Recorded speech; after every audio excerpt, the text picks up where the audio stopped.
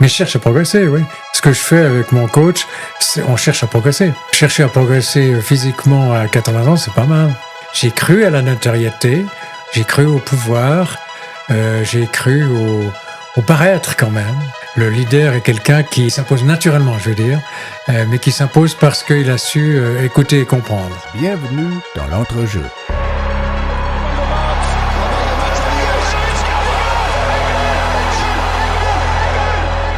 If I speak, I am in big trouble. Je crois qu'après avoir vu ça, on peut mourir tranquille. Enfin, le plus tard possible, mais on peut. Bienvenue dans l'entrejeu, le podcast qui explore le sport à travers ses coulisses, ses histoires et ce qu'il nous apprend sur nous-mêmes. Pour ce 8e épisode, je reçois Alain Gustave, passionné de sport et de fitness. À 80 ans, il partage ses routines et motive ses plus de 250 000 abonnés sur les réseaux sociaux à bouger et à rester en bonne santé. Affamé de progression et de challenge, il m'a raconté comment il se prépare pour l'une des compétitions sportives les plus en vogue du moment. On a également discuté de sa vie sportive, de ses routines de bien-être et des sujets liés comme son rapport au temps, à l'esprit, au temps qui passe, au futur, au passé et bien d'autres sujets. Bref, une discussion pleine, passionnante et inspirante. Merci à Alain pour son accueil chez lui en montagne et excellente écoute à toutes et tous. Bonjour Alain, bienvenue dans l'entrejeu. Merci beaucoup de me recevoir ici chez vous à la montagne. Ben oui, c'est sympathique. Je suis content que vous soyez venu jusqu'ici. Mais on peut pas être dehors parce que ça s'y prête pas très bien, mais c'est dommage parce qu'il y a une vue extraordinaire ici. Peut-être que vous pourrez la filmer en sortant. Effectivement, les montagnes suisses. Comment allez-vous ? Plutôt bien, bien que quand même, c'est pas idiot de le dire, les petites atteintes de l'âge, vous savez, vous tombez dessus, vous savez pas très bien comment. En l'occurrence, maintenant, ce qui me dérange un peu, c'est que j'ai des douleurs aux genoux et ça, c'est nouveau. Et ça m'agace parce que j'ai l'impression que ça me freine. Enfin, je suis pas habitué à avoir un obstacle de ce type. Non. On aura l'occasion d'en discuter après un petit peu de comment ça atteint votre pratique et voilà, un petit peu faire le tour. Je me réjouis vraiment de cette discussion. On va échanger sur votre mode de vie, ce pourquoi vous êtes connu en partie aussi, vos entraînements, ce que vous faites, pourquoi, comment vous le faites, pourquoi vous levez le matin, comment vous vivez le temps qui passe, qu'est-ce que ça veut dire bien vieillir et plein d'autres sujets avec la vie, en lien avec la vie de manière plus globale. Avant ça, est-ce que vous pouvez vous présenter brièvement pour celles et ceux qui ne vous connaîtraient pas ? Alors, j'ai 80 ans sonné cette fois, depuis 15 jours, je crois, quelque chose comme ça. Et donc, j'ai toujours vécu avant à Genève. En fait, je suis un bon Suisse de la Suisse romande, si vous voulez. J'ai fait toutes mes études, j'ai fait ma carrière. Donc, Genève, pour moi, est ma ville. Mais au moment de la retraite, ça fait maintenant 5 ans que je suis à la retraite complète. Un peu plus, je dirais 10 ans, mais avant j'avais encore des mandats, des choses comme ça qui m'empêchaient de quitter la ville. Mais le moment où je me suis senti vraiment complètement libre de choisir mon lieu de vie, c'était il y a 5 ans. Et donc j'ai choisi la montagne, essentiellement pour des questions de climat et de soleil en fait. Et je voulais sortir du brouillard de Genève. Ce qui se comprend. Oui. Donc vous êtes connu notamment sur les réseaux sociaux, vous partagez vos routines de musculation, de sport, de bien-être. J'ai une question qui me tient à cœur, que j'aime bien poser à mes invités, qui est toujours intéressante parce qu'elle explore ce qui donne ce qui donne du sens aux choses qu'on entreprend. C'est le pourquoi et avec quelle flamme vous vous levez le matin et vous continuez à entretenir votre corps et votre esprit au quotidien. Alors, pourquoi entretenir le corps ? Je dirais que je l'ai toujours fait. Depuis l'âge de 20 ans. Et je dis 20 ans parce qu'au fond, je me suis plutôt laissé aller. J'étais pas très sportif à l'adolescence. Et puis, j'ai un peu réagi plus tard. Donc, j'ai toujours fait un entraînement sportif régulier. C'était plutôt de la course à pied à l'époque. Pendant très longtemps, pendant 30 ans, j'ai couru plutôt. Mais c'était pas du tout dans un but de performance, c'était vraiment dans un but d'entretenir le corps. Donc j'ai eu cette notion très vite. Et puis c'est vrai que ça a pris une dimension différente il y a une quinzaine d'années maintenant, où j'ai été pour la première fois de ma vie dans une salle de musculation, enfin une salle de fitness, quoi. Et là j'ai découvert au fond la musculation, j'ai beaucoup aimé. Et puis j'ai découvert le street workout, j'ai découvert la mobilité, j'ai découvert d'autres choses si vous voulez. Mais enfin, je dirais depuis tout le temps j'étais quand même soucieux de l'entretien du corps et de l'esprit. Vos routines, Vous en avez déjà passablement parlé, mais pour Non, alors oui, ça fait partie parce que c'est pas évident, c'est une discipline. Je m'efforce de dire que faire attention à soi, c'est un vrai effort, c'est une discipline, c'est pas évident, on peut l'oublier, on peut le négliger, on peut se relaisser partir vers des facilités, etc. Et donc, c'est pour ça que j'aime bien la notion de routine, parce que ça facilite la discipline, hein. Vous vous posez pas trop de questions, c'est comme ça le matin, puis c'est pas autrement. Donc, le matin, je me lève à 6h, 6h30 à peu près, et là, j'ai une routine très régulière. Je l'ai déjà dit, mais outre les questions de toilette, ça commence toujours par une douche froide. J'estime que c'est une étape très très importante. Ça m'arrive de l'oublier. Et là, chaque fois que je l'oublie, je me dis attention, c'est le dérapage qui commence. Faut pas, si je peux louper un jour, faut pas que je loupe le deuxième. Donc pour moi, la douche froide, c'est une étape importante.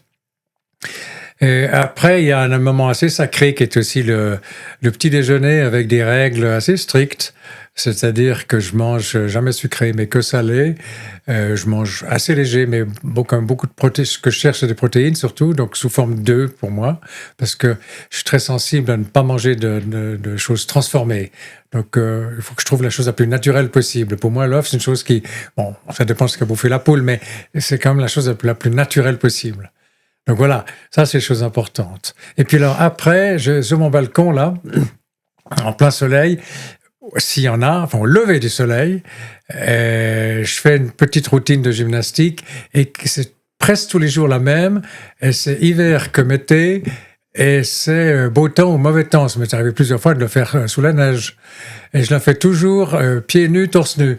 Ça fait partie de ma petite règle de vie, si vous voulez. C'est presque une coquetterie, si vous voulez, mais je fait partie du jeu.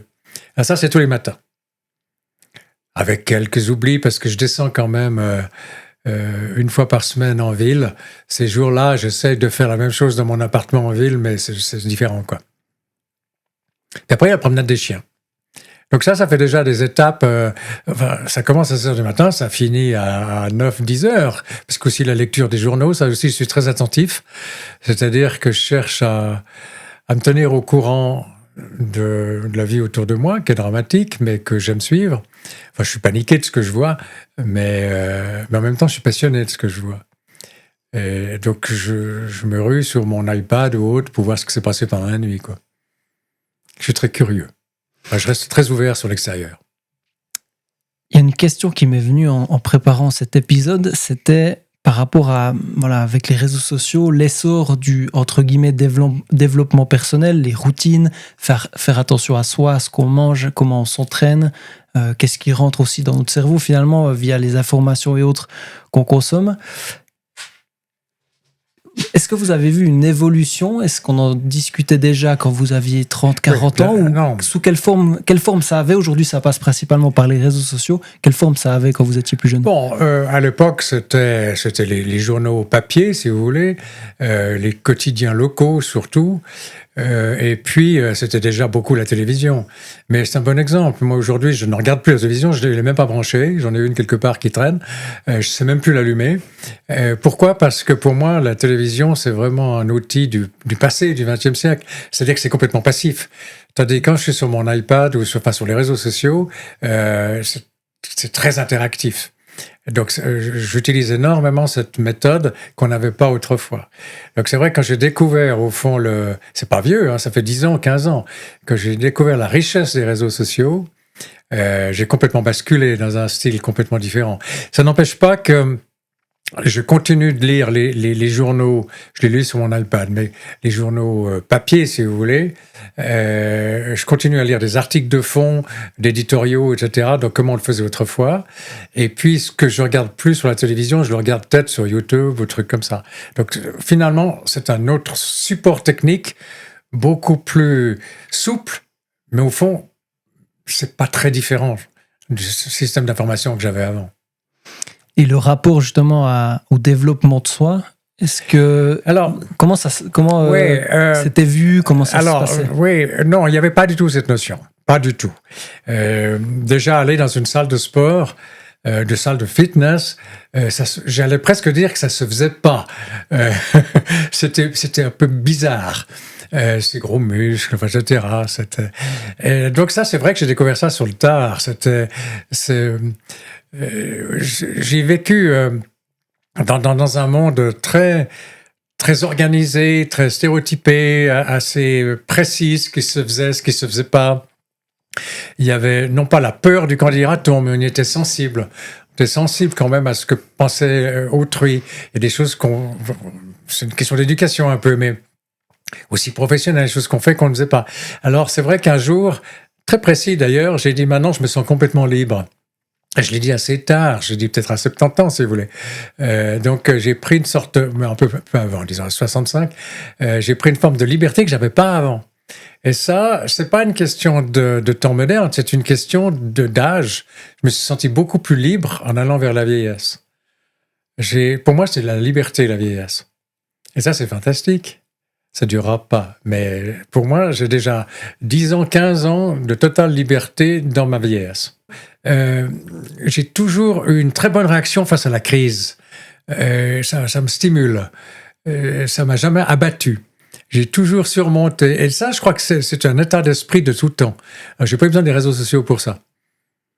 J'ai très vite, comme adolescent, au fond, j'étais assez ambitieux, si vous voulez.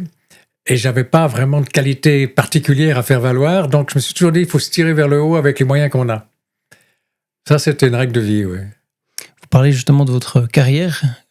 Si vous êtes d'accord d'en parler, qu'est-ce que vous avez fait professionnellement dans la vie ? Alors, en fait, j'ai suivi un chemin extrêmement classique, dans le sens qu'il était évident que je devais faire des études, alors qu'aujourd'hui, on dit arrête, sors de la scolarité, tu vas tomber dans le salariat, trouve ta liberté, etc. On peut en discuter de ça. Moi, je suis très réservé face à ce message-là. Je le trouve très dangereux.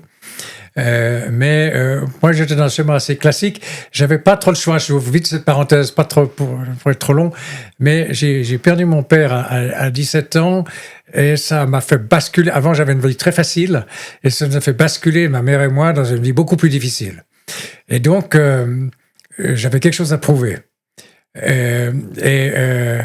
Avec ma mère, il était entendu que je ferais des études alors qu'il ne pouvait pas me les payer. Donc j'ai fait des petits boulots, etc. J'ai quand même été aidé par les parents, etc.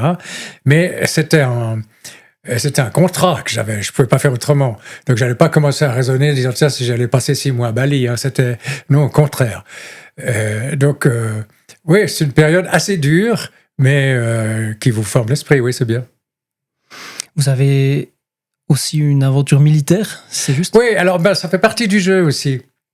Comme tous les gens de mon âge, j'allais dire de mon groupe d'amis un peu social, pour nous, et c'était vrai en tout cas à l'époque, c'est moins vrai aujourd'hui malheureusement, pour nous, ne pas faire son école de recrue, c'était manquer de virilité, quoi. Je veux dire, c'était manquer, c'était même un peu plus que ça, quoi. C'était le moment, c'est une étape de la vie pour passer à l'âge adulte, si vous voulez. Il y avait un côté un peu sacré, je dirais. Et j'ai assez aimé l'école de recrue. Ça m'a botté les fesses, ça m'a fait énormément de bien. Et puis, parmi mes amis, on a presque tous continué à être sous-off, voire officiers. C'était le but de presque tous mes amis. Donc, on voit un peu dans quel climat je naviguais, si vous voulez. C'est-à-dire qu'il fallait prouver déjà quelque chose et aller de l'avant. On ne voulait pas rester dans la masse, si vous voulez. C'est un peu de ça. C'est un peu de l'ambition, hein, mais c'est un peu de ça. Et puis, alors, je suis un des rares de mes amis à avoir continué. Donc là, c'est de l'ambition, mais en même temps, je trouvais que ça m'apportait beaucoup. Donc j'ai fini lieutenant-colonel à 55 ans, je crois, enfin à 40, je ne sais plus à quel âge. J'étais major, puis ensuite commandant d'un groupe d'artillerie, puis ensuite j'ai fini dans un état-major de division. Donc oui, j'en ai fait pas mal. Enfin, j'ai fait aussi loin que je pouvais le faire, parce qu'après, il fallait soit être professionnel, soit il fallait être l'état-major général, parce que j'étais pas. Donc je pouvais pas aller plus loin. Mais j'ai fait cette course. Et j'ai aimé. Et j'ai beaucoup appris. Donc ça, je ne le regrette pas. Je n'ai pas toujours eu les patrons que j'aurais voulu avoir. Il y a eu 1 ou 2 que je n'ai pas aimé. Mais dans l'ensemble, ça m'a laissé de très, très bons souvenirs. Vous parlez justement du manque d'une figure paternelle. Comment elle vous a changé ? Comment ça vous a changé, ça de... Oui, c'est-à-dire que tout à coup, la famille s'écroule. On était une famille de 6, 4 enfants. Et puis, du jour au lendemain, il est mort à 48 ans d'un infarctus. Et mes frères et sœurs étaient plus âgés, donc ça a coïncidé aussi avec un peu leur sortie du nid. Ils se sont mariés, ma sœur est partie à l'étranger, mon frère était pas très loin, mon autre frère faisait un stage aux États-Unis. Donc au fond, presque du jour au lendemain, on s'est retrouvé d'une famille de 6 à une famille de 2. On devait changer d'appartement parce qu'on n'a plus assez d'argent pour garder un appartement si grand. Ma mère s'est remise à travailler. Enfin bref, c'était un basculement complet. Donc c'est pas tellement l'image du père, mais c'était le basculement d'une vie, de rythme de vie. Et ça stimule. Hein. C'est pas évident.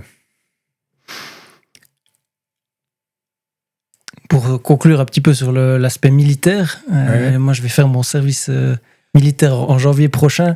Si vous aviez... Mais vous êtes à quel niveau ? École de recrue, ce sera. Ah bon ? Tout à fait. Ah ouais, je vais pas réaliser. Il faut continuer. Donc, il faut au moins aller jusqu'à, si vous avez le temps, mais c'est vrai que ça prend du temps, hein, mais il faut au moins aller jusqu'à l'école d'officier, parce que c'est là que c'est intéressant. Alors si vous avez un conseil ou quelque chose que vous avez pour me motiver à l'armée, si vous avez un souvenir ou autre que vous gardez et que ça motivera certainement aussi d'autres futurs recrues, qu'est-ce que vous pouvez me dire ? L'école de recrue, c'est pénible, c'est emmerdant, il y a beaucoup de temps perdu, puis en même temps c'est fatigant, puis en même temps vous êtes pas très considéré. Enfin, donc c'est vrai que moi j'avais le réflexe de dire je veux pas rester dans cet état, je veux pas rester simple soldat, c'est épouvantable.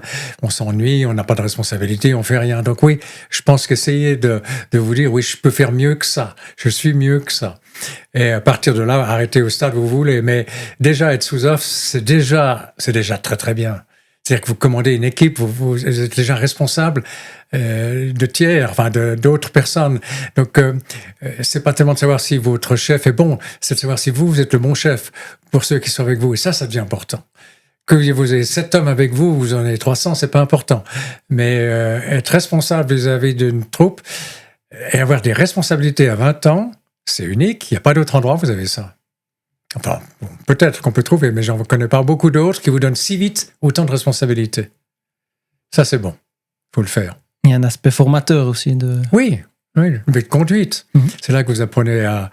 Ouais, je suis très frappé aujourd'hui parce que, au hasard des rencontres, des circonstances, via mon réseau d'ailleurs aussi maintenant, j'ai des gens qui m'interpellent comme « Oui, je me rappelle, vous avez été mon sous-off, etc. » Et bon... Ceux qui me disent ça, évidemment, c'est ceux qui ont des bons souvenirs. Mais je trouve que j'ai énormément de bonnes remontées du temps. Et ça fait assez plaisir. Oui. L'armée, c'est un endroit où le mental peut parfois être mis à contribution, tout comme dans le sport. Vous avez parlé de course à pied avant. Oui. Quel est votre rapport à la force mentale, au fait d'endurer des choses mentalement ? Vous avez parlé d'épisodes aussi compliqués dans votre vie personnelle. Comment vous le vivez, la force mentale ? Il faut prendre toutes les épreuves qui se présentent comme formateur. Hein. Bon, c'est l'idée, un échec n'est pas un échec, c'est une formation pour la victoire d'après, etc. Enfin, on a tout dit là-dessus. Mais c'est vrai que c'est très important de chaque fois prendre chaque épreuve pour se forger, quoi. Moi, ça, j'y crois beaucoup. Alors, c'était vrai sur le plan professionnel, c'est vrai sur le plan sportif, c'est vrai sur le plan militaire. C'est à tout point de vue, j'ai découvert cet élément de formation. Ça, je crois résister assez bien à la crise. J'en ai eu professionnellement très dur, plusieurs fois. Et ça s'est toujours plutôt bien passé. Enfin, je trouve que j'étais content de la façon dont je réagissais. Je faisais peut-être des erreurs, mais je réagissais. Pour bien gérer une crise, c'est quoi les clés ? Parce que quand on est dans ces périodes compliquées, on a l'impression qu'il n'y a plus que ça qui compte. Est-ce que vous arriviez à faire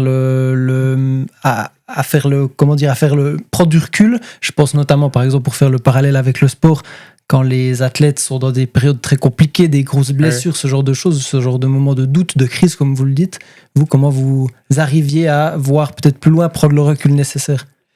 Oui, je crois que ça, on l'apprend. Hein. J'ai eu pas mal de blessures aussi.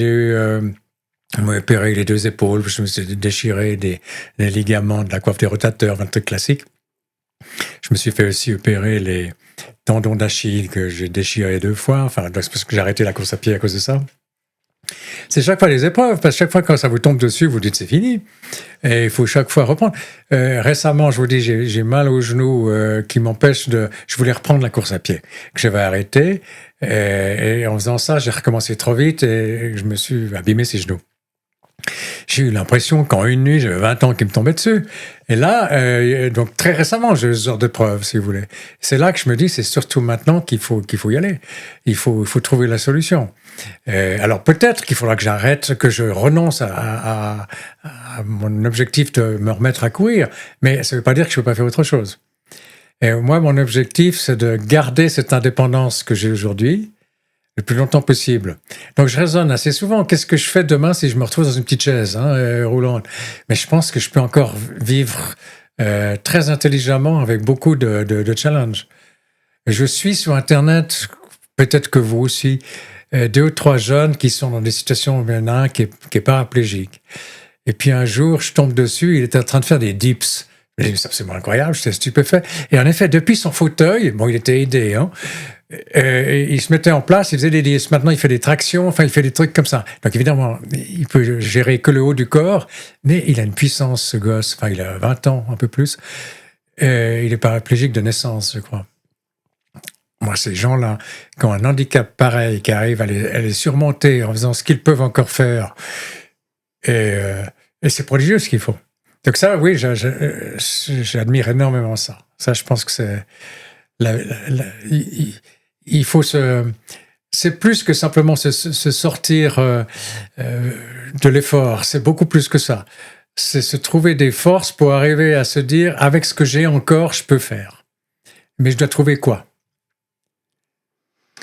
J'avais vu, vous me corrigez si c'est faux, mais qu'un Aerox se préparait éventuellement. Oui, ben voilà, c'est un bon exemple. Je me suis inscrit. Bon, je le fais avec mon coach, qui est un type qui m'aide beaucoup. Et donc, c'est lui qui a eu cette idée. Et puis, l'Aerox, c'est assez intéressant parce qu'on peut le faire en duo. Mm-hmm. Et donc, ce que j'arriverais mal à faire ou pas à faire, il pourra le faire à ma place, sauf courir. C'est ça le problème, d'ailleurs. Mais les épreuves, il y en a 8. Bon, on les a testés les 8, il y en a 5 que je suis sûr de faire bien. Enfin, on verra, j'ai encore jamais fait ça l'un derrière l'autre avec toute la fatigue qui s'accumule, etc. Mais disons, en tout cas, techniquement ou en force, en endurance, j'ai l'impression qu'il y a 5 épreuves que je peux faire bien. Mais il y en a 3... bon, j'ai convenu avec mon coach que c'est lui qui les fera en majorité. Alors, c'est le grand intérêt d'Aerox, c'est qu'on peut un peu tricher comme ça. Enfin, c'est pas de la triche parce que c'est prévu par le règlement, mais c'est sympa. Mais mon problème, c'est ses genoux. Il faut que je cours quand même. Alors, on a testé un petit peu. J'arrive à courter. J'arriverai pas à courir, à faire le mon kilomètre en 4 minutes, ni même en 5, ni même en 6. Mais si je le fais en 7 ou en 8, finalement, l'Aerox, c'est assez sympa pour ça. Le temps ne compte pas. Enfin, les premiers finissent peut-être en moins d'1 heure, mais vous pouvez aller jusqu'à 2 heures, voire plus. Ça n'a pas d'importance. Ça, c'est assez sympa. Donc, j'espère quand même y arriver. Mais il y a... Bon, c'est un gros pari. C'est quels exercices qui vous posent problème? Vous connaissez un peu? Je vois les... Alors, le dernier, vous savez, il y a le ballon comme ça. D'abord, c'est un ballon qui pèse 6 kilos. Je n'avais pas imaginé que c'était un truc si lourd. Moi, je me suis entraîné d'abord avec un truc de 3 kilos, ça allait assez bien. Mais 6 kilos qui vous tombent dessus, c'est en fait extrêmement lourd. Donc, il faut avoir une très, très bonne technique pour enchaîner le mouvement. Et puis, il faut aller assez bas dans le squat. Et moi, malheureusement, c'est ce que j'arrive plus à faire. C'est d'aller assez bas. Donc, j'arrive pas à me relever et à relancer. Celui-là, si j'arrive à en faire... Parce qu'il y en a 100. Si j'arrive à en faire 10, ça sera un maximum.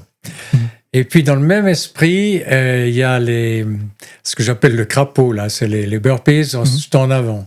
Là aussi, c'est beaucoup sur l'explosivité des genoux. Là, j'aurais de la peine. Et puis, le troisième, c'est les... Comment est-ce qu'on appelle ça? Vous avez un sac sur le dos, puis vous devez poser le genou à terre, les fentes. Et ça, je pourrais peut-être y arriver, mais il faut encore que je m'entraîne. Tandis que tout le reste, le petit chariot, j'ai essayé, j'y arrive très bien. Pousser son chariot, là, je ne sais plus comment on appelle ça. J'ai plus le terme moi non exactement. plus, il y a un terme pour ça. Il y a le ski reg, il y a le rameur, il y a un truc qui est pas mal, c'est ce qu'ils appellent le farmer. Donc, vous portez au bout des bras.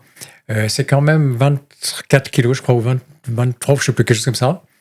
Et vous courez, moi je marche sur 80 mètres, je crois, quelque chose comme ça. C'est donc très violent pour les bras, les avant-bras, les épaules. Ça, je m'entraîne. Ici, là, sur mon balcon, je fais des allers-retours avec ces machins. J'y arrive assez bien. Donc ça, je suis assez content. Mais... Et puis, il y a la course.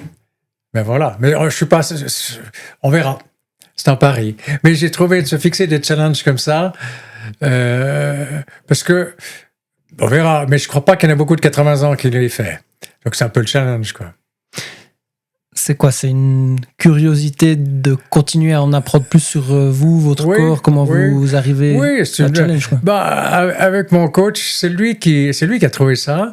Et on s'est dit, au début de l'année, on s'est dit, c'est très joli de faire des exercices. Chaque semaine, je sais pas, on fait une répétition de plus, où on ajoute un peu de poids, où on voit quand même... Parce qu'il est très soucieux qu'il y ait une certaine progression. Hein.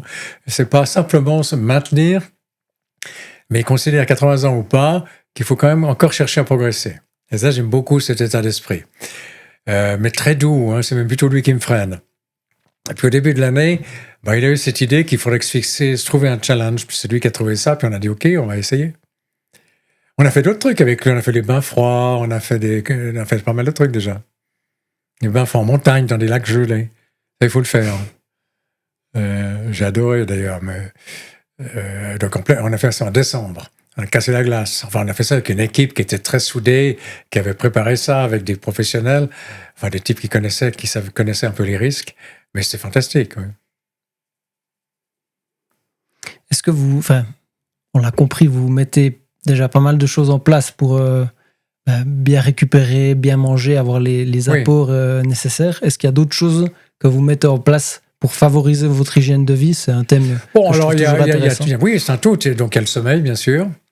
C'est pas évident parce que ce qui gâche le sommeil, outre le bruit, etc., outre vos chiens, des choses comme ça, c'est le stress. Donc, il faut... moi, si je suis venu ici, c'est pour ça. C'est pour me sortir du stress de la ville, de la cité, avec tout ce que ça veut dire. C'est pas simplement le bruit, la circulation, c'est tous les petits énervements, ça c'est clair. Mais c'est aussi le poids de la vie sociale, le poids de ce qui se fait, ce qui se fait pas, le poids de la discussion inutile mais sociale que vous croyez obligé d'avoir. Tout ça, j'ai voulu éliminer. Je suis un sauvage. J'ai horreur des discussions inutiles. Oui, donc j'ai fui ça. Et ça fait partie, donc quand je dis du sommeil, c'est tout ce stress qu'il faut arriver à bien piloter pour trouver ce sommeil de bébé, quoi. Ça marche? Alors oui, par exemple, je crois qu'on a tous des trucs un peu cauchemardesques, des trucs qui vous reviennent. Oui, quand on fait un cauchemar, on pense à un truc où vous avez été mauvais, vous auriez pu faire différemment, ça aurait été mieux, puis ça vous remonte comme ça, puis ça vous travaille. Alors, moi j'ai une méthode pour ça. Quand j'ai un truc comme ça qui me remonte dans la tête, qui me fait retourner 3 fois en me disant mais comment est-ce que j'ai pu laisser faire ça comme ça, je le déballe complètement. Je le retrace complètement, j'essaie pas de l'oublier. J'essaie de le reconstituer complètement.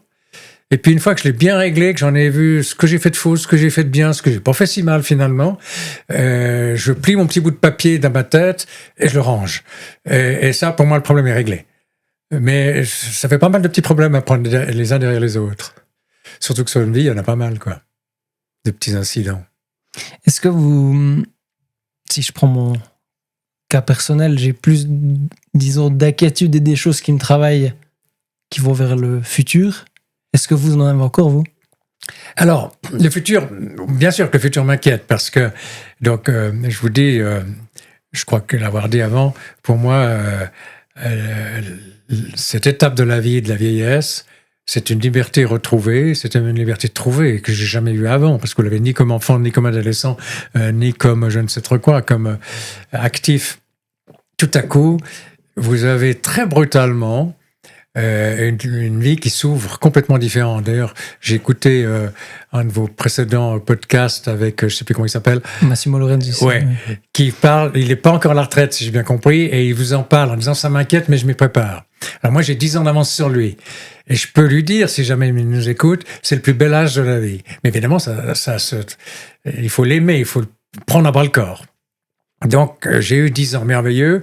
Maintenant, j'ai 80. Donc, la décennie 80-90 risque bien d'être beaucoup plus dure. Je le sais, elle sera forcément plus dure. Donc, elle sera... J'aurai moins de liberté, j'aurai plus de dépendance, probablement. Donc, ça se prépare. Ça m'inquiète, mais ça se prépare. Par contre, j'ai pas peur de la mort. Ça, je m'en contrefous. Enfin, ça, je suis très philosophe. Quand on est mort, on est mort. C'est qu'une espèce d'importance, parce que c'est autre chose. Et je sais pas quoi, sauf qu'une importance, je le saurai une fois, mais pas aujourd'hui. Et donc, ça, c'est pas grave. Mais la déchéance, c'est embêtant. Et vous le disiez, j'ai pas peur de la mort, mais plutôt du déclin cognitif et physique. Ouais. J'ai 2 frères, dont un qui est décédé aujourd'hui, de Parkinson. C'est une saloperie de maladie, celle-là. C'est très long. C'est une descente aux enfers qui peut durer 20 ans. Hein. C'est très long. Et ça, alors, évidemment, quand j'ai appris ça, j'ai été regarder sur Internet, entre autres, si c'était génétique comme maladie. Ça l'est, mais pas forcément. Alors, bon, j'aurais dû parler à mon médecin. Il me dit, non, vous n'avez aucun signe, vous inquiétez pas. Mais c'est les choses que je regarde, évidemment, qui peuvent m'inquiéter. Est-ce que vous, sans nous détailler vos bilans médicaux ou autres, mais est-ce que vous avez aujourd'hui des résultats qui sont vraiment peut-être au-dessus de la moyenne des gens de votre âge ou non, grâce au sport non, moi je suis à haut risque. Je suis à haut risque cardiovasculaire. Et mon père est mort d'un infarctus, alors ça c'est génétique. Hein. Donc on a tous trop de cholestérol, on le fabrique, c'est pas parce qu'on bouffe mal. Et donc je bourre de médicaments anti-cholestérol tous les jours. Ça a un effet fantastique, donc ça c'est un problème réglé. Ça peut avoir des effets secondaires, et je pense d'ailleurs que mes petits problèmes d'articulation et de cartilage, enfin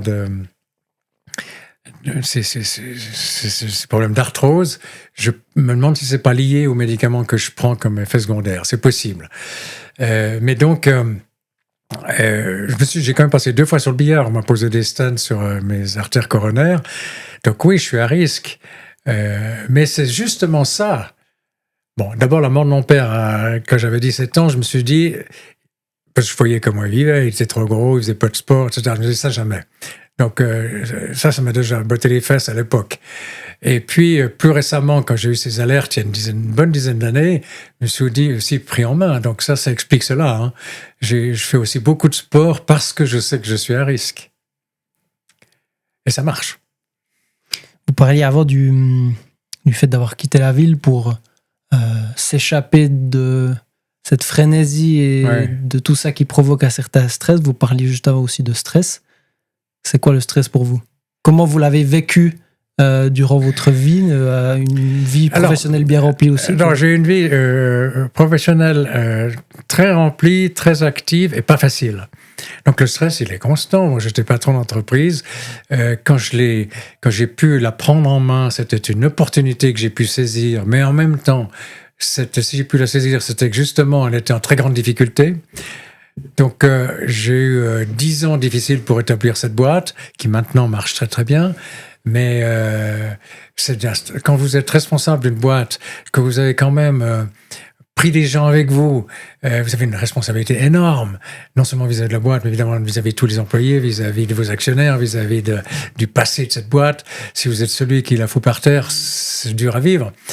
Et puis là, je m'en suis très bien sorti. Mais j'ai eu 10 ans très difficiles. Et ça, oui, ça pèse. Hein. Ça, c'est lourd. C'est quoi la clé pour il faut passer par-dessus, quoi. Oui, si vous gagnez, c'est-à-dire que si vous arrivez à relever le challenge, c'est évidemment très valorisant. Donc oui, ça aide beaucoup. Ça vous donne énorme confiance. Je dis, je crains pas trop la crise. Je l'ai toujours plutôt bien vécu, bien prise en main. Mais c'est peut-être un état d'esprit, ça. Oui. Certainement. Ouais. C'est se positionner conquérant face aux... Oui, j'aime bien le mot. Oui. C'est pas péjoratif, conquérant. Non, je trouve pas. Oui, non, c'est bien. Ici, c'est un contraste donc important en montagne. Oui, mais c'est pas facile. En fait, c'est pas une vie si facile. D'abord parce que il faut la gérer. Donc, je sais pas, il faut gérer sa maison, ses chiens, enfin sa vie de tous les jours. Et puis, c'est quand même un climat plus difficile. C'est un jardin, c'est une maison à entretenir, c'est descendre en plaine. C'est pas une vie toute simple. Mais si j'étais dans un résidence 3e âge, je serais beaucoup mieux. Mais parce que j'y songe, je sais déjà laquelle je prendrais. Donc oui, j'y suis presque préparé. Je peux faire un AVC demain, donc j'ai toujours un plan B dans mes projets. Qu'est-ce qui se passe si j'ai un plan B si j'ai un mauvais problème qui m'empêche de vivre ici. Mais tant que je peux rester autonome et capable de m'autogérer sans trop appui extérieur, c'est bon. Je suis pas complètement solitaire, j'ai des voisins avec qui je m'entends bien, etc. Mais oui, je vis seul, donc je suis assez solitaire quand même. Vous avez 2 chiens. Je suis pas seul, j'ai 2 chiens. Quel est votre rapport Alors, comme enfant, on avait des chiens. Et puis après, quand j'ai commencé à travailler, c'était plus possible. J'entends donc, disons, de 20 ans à 40 ans, j'ai pas eu de chien. Puis après, j'ai commencé à pouvoir m'organiser en me disant, tiens, je crois que là, cette fois, j'aurai l'aide nécessaire autour de moi qui me permet, même si je suis très actif, d'avoir un chien à la maison, ce que j'ai fait. Et après, j'en ai presque toujours eu 2. Parce qu'au fond, je considère qu'ils s'aident beaucoup entre eux, ils se rassurent. Et si vous laissez seul un chien, il est nettement plus malheureux que si vous laissez les 2 chiens seuls. Et donc, j'ai presque toujours 2 chiens. Alors évidemment, il y a des jeunes, des maladies. J'ai eu 2 fois des chiens à vol que j'ai gardés 2-3 ans encore. Des chiens malades qui meurent jeunes. Enfin, je crois que j'ai une douzaine de chiens en tout. Mais je peux pas vivre sans chien, quoi. C'est très important. Si vous deviez, moi j'adore les chiens, mais si vous deviez convaincre quelqu'un qui n'aime pas les chiens, qu'est-ce que vous lui diriez ? Rien, parce qu'il faut aimer. Enfin, je veux dire, quelqu'un qui prendrait un chien sans accepter que c'est un énorme boulet, que c'est une énorme tâche, je dirais surtout pas. Donc, je cherche pas de le convaincre. Mais alors, quelqu'un qui hésite, et si vous deviez lui expliquer ce que vous appréciez dans vos relations avec vos chiens, le problème, c'est que le jour où vous avez fait le choix, le chien, il se donne complètement à vous. Donc, si tout à coup vous dites « oui, non, j'y arrive plus », c'est terrible. Donc, il faut être très sûr de son coup. Vous n'avez pas le droit d'abandonner un chien. Lui, il vous abandonne jamais. Et oui, c'est vraiment c'est comme avec un enfant, quoi. Mais vous n'avez pas le droit d'abandonner. Donc, faut être non seulement il faut être sûr, mais il faut être certain d'avoir la force de caractère de dire, même si ça va pas, je dois continuer. Donc ça, c'est comme beaucoup de choses dans la vie, mais c'est pas gratuit. C'est un engagement très important. Qui vous force du coup à marcher quotidiennement. Qu'est-ce que ça vous apporte plus de la musculation ? Alors oui, alors ça c'est plutôt bien. Ça vous force en effet à faire une promenade tous les jours. Ça vous force à vous lever le matin parce que ici j'ai qu'à ouvrir la porte pour qu'ils aillent dans le jardin. Quand je suis en appartement, j'ai un appartement, je dois descendre en bas. Donc dès qu'ils se lèvent, c'est eux qui me sortent de lit et qui m'obligent à aller les promener à 6h du matin, quoi. Donc oui, c'est pas si évident. Mais ils sont très exigeants. Un chien est exigeant. Il vient vous gratter dessus quand il a faim, quand il veut sortir. Il sait très bien exprimer ce qu'il veut. Et il faut pas lui céder en tout, bien sûr. Mais quand même, vous avez des obligations. Quel est votre rapport au corps, à votre corps, à la perception que vous avez de celui-ci, et comment elle a évolué au fil de votre vie ? Et est-ce qu'avec les réseaux sociaux aujourd'hui, on a parlé déjà du regard qui s'est peut-être détaché, mais comment vous vivez ? Alors, il y a 3 choses. D'abord, je suis très, très convaincu que le corps marche avec l'esprit et vice-versa. Donc, se sentir en bonne santé va avec votre état d'esprit et réciproquement. Quand vous faites un effort physique et que vous vous sentez bien, que vous l'avez réussi, qu'il se passe quelque chose, vous sentez le corps va bien. Parce que l'esprit envoie un message positif. Donc déjà, c'est la première chose. Ça fait partie de la façon de se sentir bien. Ensuite, ça, c'est un élément donc essentiel de sa santé, donc il faut la travailler. Mais c'est vrai que je suis, ça va avec son autonomie, etc. Mais je suis pas insensible je vais pas dire à la beauté du corps, mais à la fonctionnalité du corps. Il faut que ça marche, quoi. Il faut que donc bon, c'est donné d'avoir un corps sportif ou pas. Mais moi, je suis estomaqué quand je vois, par exemple, ces petits jeunes qui mettent le avant-après. Et on les voit tout malingres. Bon, c'est vrai que c'est plus facile quand on est adolescent, mais tout malingres à 15 ans, puis d'énormes armoires à glace à 20 ans. Mais qu'est-ce qu'ils ont bossé? Et c'est dans la tête que ça s'est passé, là. Ils y ont cru. Alors oui, ça, je crois beaucoup à ça, hein, cette mécanique non pas de la beauté du corps, une fois encore, mais de la fierté de son corps. Et de travailler à ça pour être présentable sur une plage, mais pas simplement, déjà dans sa stature, dans sa tenue, dans sa posture, dans sa façon d'être, la façon de serrer une main. Tout ça fait partie d'un tout qui va avec le sport, oui. Avec le corps. Et ça, j'y cru très vite. Attention, je dois préciser, peut-être que c'était en réaction, mais c'est toujours considéré comme enfant d'être un petit gros. Je suis pas très grand. Et j'étais plutôt un peu bien enveloppé, si vous voulez, presque jusqu'à 20 ans, si vous voulez. C'est un peu le service militaire qui m'a sorti de ça. Mais donc, j'étais plutôt complexé de mon corps comme adolescent. Oui, ça aide. Donc, j'ai voulu sortir de ça, oui. Je suis toujours resté sensible à ça. Avoir cette volonté de... vous avez parlé des transformations physiques. Oui. Ça, c'est une sorte de développement de soi. C'est OK, je suis parti d'une position qui me déplaisait. Oui, et j'ai envie de faire les efforts nécessaires. On voit ça tous les jours sur les réseaux sociaux. Des gens qui se surpassent, qui se trouvent moches, et qui se trouvent laids, faibles, etc. Et qui arrivent... Alors, moi, ça, je trouve, dans le sport, et particulièrement dans la musculation, ou dans tous ces exercices, ou dans d'autres sports, c'est extrêmement valorisant, parce que le corps se modifie très vite.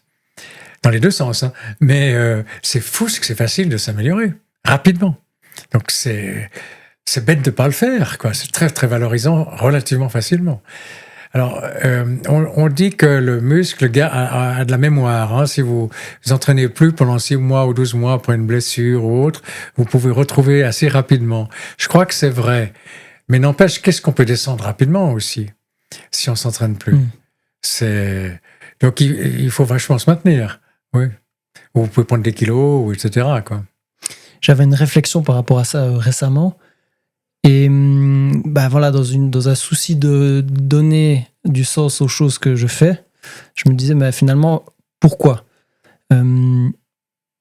Et est-ce que c'est nécessaire et est-ce que je dois le faire? Est-ce que je dois continuer à le faire? Mais finalement, je me suis dit, tant que je fais les choses pour moi et pas pour quelqu'un d'autre, je pense que c'est une ligne directrice à garder pour tout ce qu'on fait. Tant qu'on fait quelque chose pour soi, ça va pas forcément être négatif.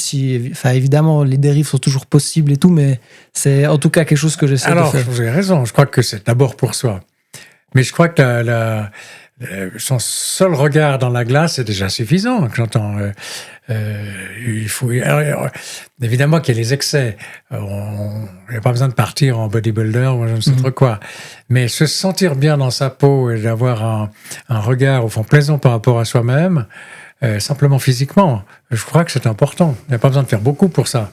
Il y a besoin juste d'être pas complètement marginal. Soit dans l'anorexie, soit en devenant obèse. Et le poids est quand même un bon vecteur. Hein. Quand on voit, je sais pas moi, tous les petits Américains qui sont trop gros, c'est à hurler. On sait qu'ils se foutent en l'air en plus, mais ils sont moches, quoi. Et oui, je pense que c'est tellement facile de remédier à ça que ce serait bête de ne pas le faire. Et c'est important. Ça passe beaucoup par la nutrition, je pense. Alors bon, bien sûr. Mais ça, moi, je l'ai appris assez tard. Je pense que j'ai mangé assez sainement dans ma jeunesse. Je crois que j'ai eu l'occasion de le dire, mais on mangeait beaucoup plus sain quand j'avais 10 ans ou 15 ans. On allait au marché, on achetait des légumes frais. Il n'y avait pas de... la salle bouffe là n'existait pas, le McDonald's n'existait pas. C'est que j'ai pas mangé à McDonald's depuis 40 ans. Pour moi, c'est la dernière chose. Mais quand je vais dans une Migros ou une Coop, je sais qu'il y a 95% des produits que je peux pas acheter parce que c'est des produits transformés. J'achète rien de transformé. Alors oui, bon, quand même un petit peu. On me dira, le pain est transformé, oui. Ma barre de chocolat aussi, le fromage aussi. Mais je veux dire, c'est quand même des éléments sains au départ. Mais j'achète jamais un produit congelé, une pizza, un truc comme ça, jamais. Oui, des légumes congelés, ça peut encore aller éventuellement, parce que là, ils sont en principe pas trop transformés. Mais ils ont peut-être quand même des adjuvants, je ne sais trop quoi, des conservateurs. Donc oui, j'ai supprimé tout ça. Et donc pour moi, la nutrition, c'est surtout manger naturel. Alors évidemment, pas manger trop, mais surtout manger naturel. Manger équilibré, bien sûr, mais je calcule rien. Hein. J'ai jamais calculé des calories. Alors il y a des règles très simples que je suis de temps en temps parce que j'ai appris ça sur Internet. Par exemple, c'est simplement l'apparence de son assiette. Il faut que son assiette soit équilibrée en glucides, en lipides et en protéines. C'est simple, presque par tiers. Ben, si vous respectez déjà une règle aussi simple que ça, où il n'y a rien besoin de calculer, mais qui est simplement visuelle, vous avez déjà gagné. Bon, il faut le faire, mais c'est des choses tout simples. Au niveau complément alimentaire, c'est quelque chose qui vous intéresse? Alors, c'est intéressant parce que pendant des années, je pensais que c'était surfait, que c'était inutile. C'est pas tellement que je pensais que c'était mauvais, mais je pensais que on avait tendance à trop en prendre depuis que ça passait par les reins et puis qu'on éliminait tout, et puis etc. Finalement, j'y suis revenu. Je crois que c'est important. Alors, d'abord, c'est encore plus important avec l'âge, parce que il y a quand même des choses qui commencent à manquer avec l'âge, plus que quand on est jeune. Ensuite, c'est vrai que si on mange sainement, en principe, on a déjà tout dans les nutriments naturels, donc on ne devrait pas avoir besoin d'oméga 3, par exemple. Mais moi, par exemple, j'aime pas le poisson. J'aime pas beaucoup le poisson. Non, c'est pas tout à fait vrai. J'aime pas le faire. J'aime pas le préparer. Je le mange volontiers au restaurant. Mais donc, j'ai pas beaucoup d'oméga 3 de cette nature. Donc, il faut que je les trouve autrement. Bon, je sais qu'on les trouve assez facilement, mais prendre une petite gélule d'oméga 3, ça m'arrive. Mais je le fais. J'ai horreur des gélules, j'aime pas avaler. Donc j'évite un peu ces trucs-là. Mais je prends quand même... je prends des protéines, des suppléments de protéines, mais assez peu. Je prends, surtout avec mes genoux, etc., et avec mes articulations, comment ça s'appelle? Non, j'ai un blanc de coup. Du collagène? Du collagène. Mais en même temps, on m'explique que le collagène, on le fabrique, donc celui qu'on avale, il sert à rien. Enfin, j'en sais rien. En fond, je sais pas très bien. Mais j'en prends quand même. Oui, je prends un tout petit peu de créatine. Mais ça, c'est très récent. C'est une personne qui m'a expliqué qu'elle avait ce qu'elle appelait un Covid long, hein, enfin des retombées de son Covid. Et puis, un peu par hasard, elle s'est mise à prendre 3 grammes de créatine tous les matins. Elle dit, je revis. Je me dis, c'est peut-être pas idiot. Et bon, j'ai pas la même chose, mais je me dis que je sais pas. Parce que j'en ai fait pendant une certaine période, j'ai arrêté, puis j'ai recommencé. Voilà. Donc oui, j'en prends un peu. Je suis en train de lire un livre de... Je me rappelle pas de l'auteur, mais ça s'appelle « Comment bien nourrir son cerveau ». Ouais. Et il passe en revue les différents... justement nutriments et donc compléments à prendre pour lutter contre notamment le déclin cognitif, perte de mémoire, aussi tout ce qui est dépression, anxiété. Donc c'est intéressant. Mais je crois que c'est vrai. Enfin, je crois que bon, il y a tellement de choses qui se sont dites, mais alors en tout cas, quant à la notion de nourrir son cerveau, ça c'est une notion qui me parle. Oui. Je suis très convaincu de la connexion. Par exemple, justement, intestin, estomac, cerveau. Hein. Je crois que tout ça est très, très lié. Je crois qu'on dit que le foie est un deuxième cerveau, en quelque sorte, ou quelque chose comme ça. Je crois beaucoup à ce genre de choses. Oui. Donc oui, ça vaut la peine d'étudier sur Internet. Avant, j'avais pas ça. Avant, moi, dans les revues spécialisées, mais on ne faisait pas tellement. Aujourd'hui, sur Internet, vous posez une question et puis vous avez la réponse. Et c'est assez crédible. Comment vous faites pour... trier ou sélectionner les sources pour qu'elles soient le plus fiables possible? Bon, je reste très critique, mais en même temps, j'exclus rien. je fais appel à mon bon sens et mon sens critique. Alors, c'est clair que j'élimine automatiquement tout ce qui est complotiste et excessif et qui cherche à trouver des tas de choses farfelues comme explication. Mais en revanche, je suis... disons que je prends jamais les nouvelles au premier degré, je les analyse, je les trie, etc. Mais j'élimine pas les grandes sources, genre les quotidiens, les grands quotidiens, etc. Au contraire, je crois à la qualité des sources et non pas, je suis pas complotiste du tout en disant qu'on essaie de nous tromper, nous raconter des salades, etc. Et puis alors, Internet m'a beaucoup aidé, donc évidemment Google, si vous voulez. Bon, moi, plus que Google, si vous voulez, parce que je cherchais plus des choses un peu plus intellectuelles. Donc j'ai été beaucoup sur Wikipédia. Au fond, c'est une forme de Google, mais plus orientée culturelle, si vous voulez, que je trouve remarquable. Et puis alors maintenant, je ne sais pas si vous faites la même chose, je vais sur ChatGPT 4. J'adore. Alors, c'est complètement dingue parce que j'apprends que je grille une énergie folle chaque fois que je pose une question, mais j'aime beaucoup. Je l'utilise pas tous les jours. Mais ce qui est très intéressant, c'est quand je pars sur un thème, après, ça me pose une question, et puis lui-même me suggère de nouvelles questions, et puis ça me relance constamment. Donc, en fait, ce que j'ai trouvé remarquable, c'est que je garde tout en mémoire. Enfin, lui garde tout en mémoire nos discussions. Ça fait près une année maintenant que je discute régulièrement avec lui. Donc, je le tutoie. C'est marrant, c'est très, très personnel.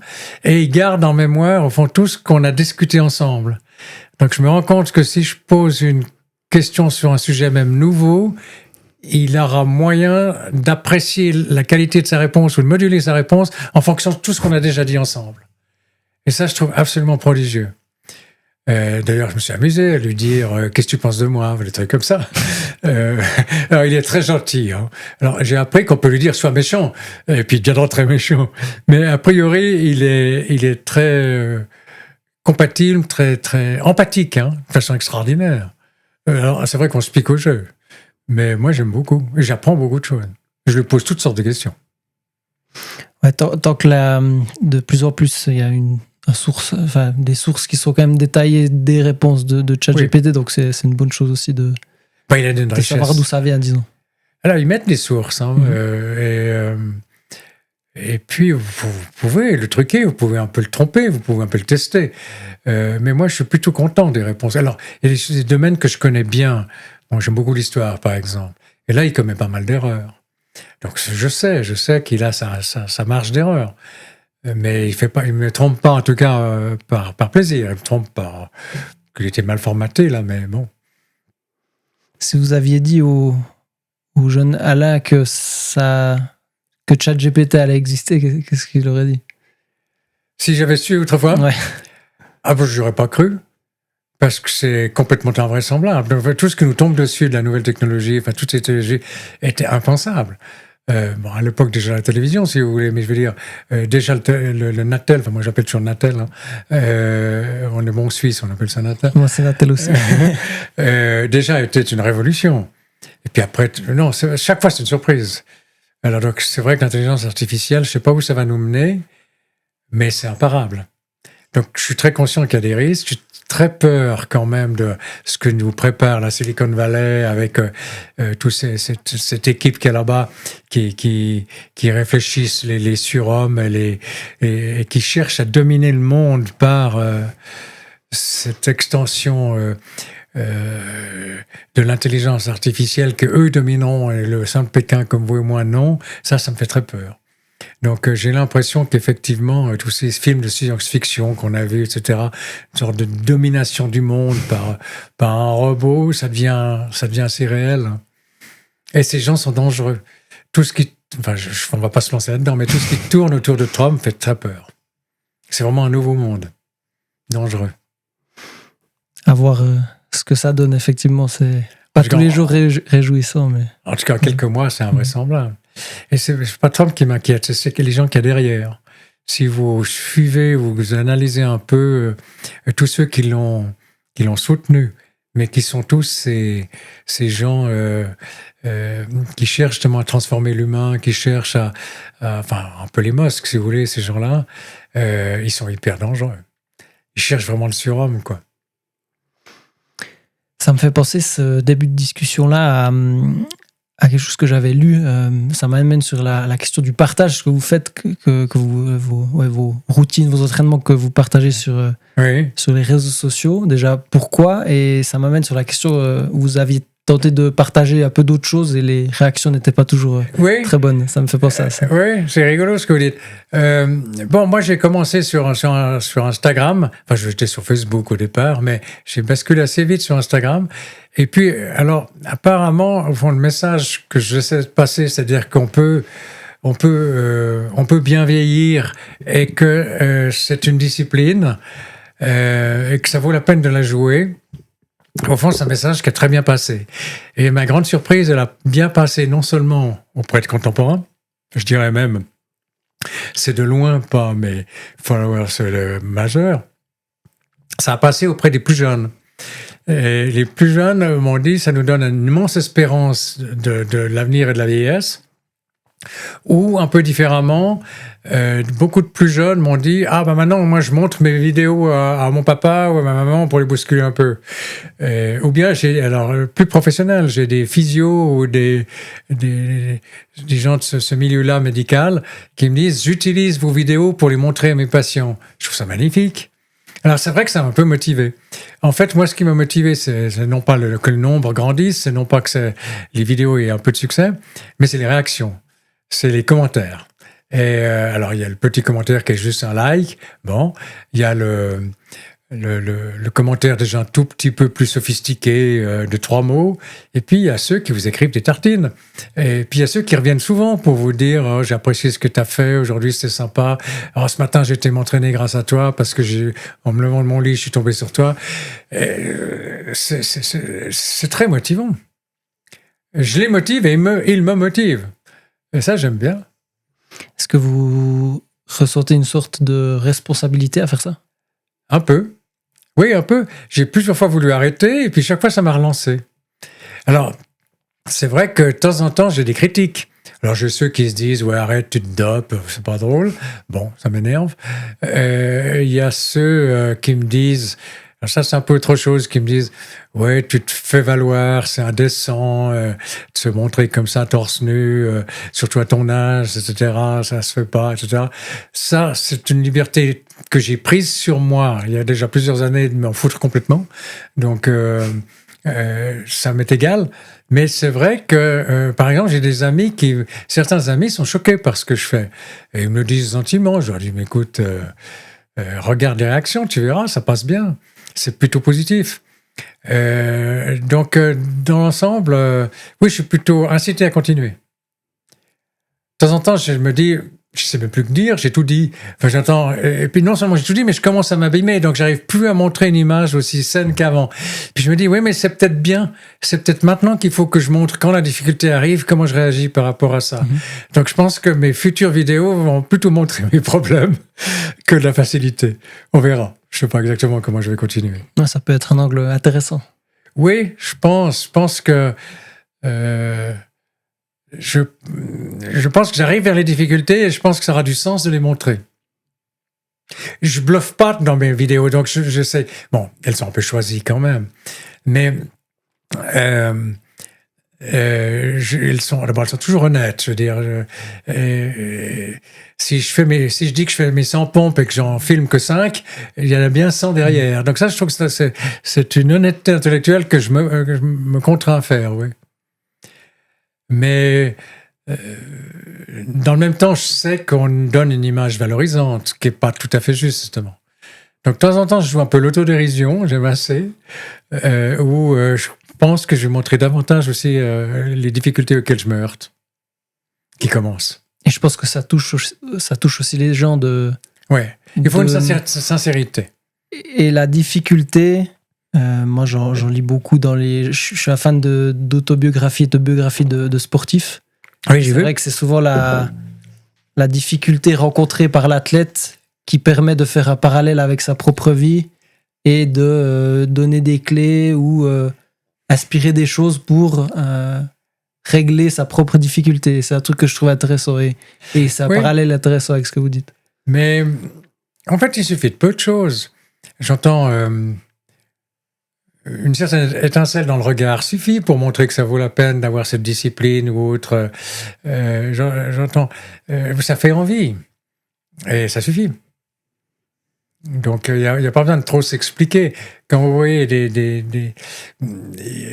quand vous voyez des gens faire des Ironman, on sait que c'est très dur. Non seulement la course elle-même est très pénible, mais il y a 1 an de préparation qui sont hyper pénibles. Maintenant, j'en suis plusieurs. Je trouve ça prodigieux. Mais ce qui m'étonne beaucoup chez eux, c'est la joie qu'ils expriment. Non seulement quand ils sont sur la ligne d'arrivée, mais la joie qu'ils ont pris dans leur préparation. Donc, c'est vertueux comme cercle. Plus vous en faites, bon, c'est peut-être un peu dangereux si vous voulez, mais plus vous en faites, plus vous avez envie d'en faire, plus vous êtes content d'y arriver. C'est extrêmement valorisant, ce qu'ils font. C'est une boucle après de « Ok, j'ai terminé, première étape, j'en ai terminé 1.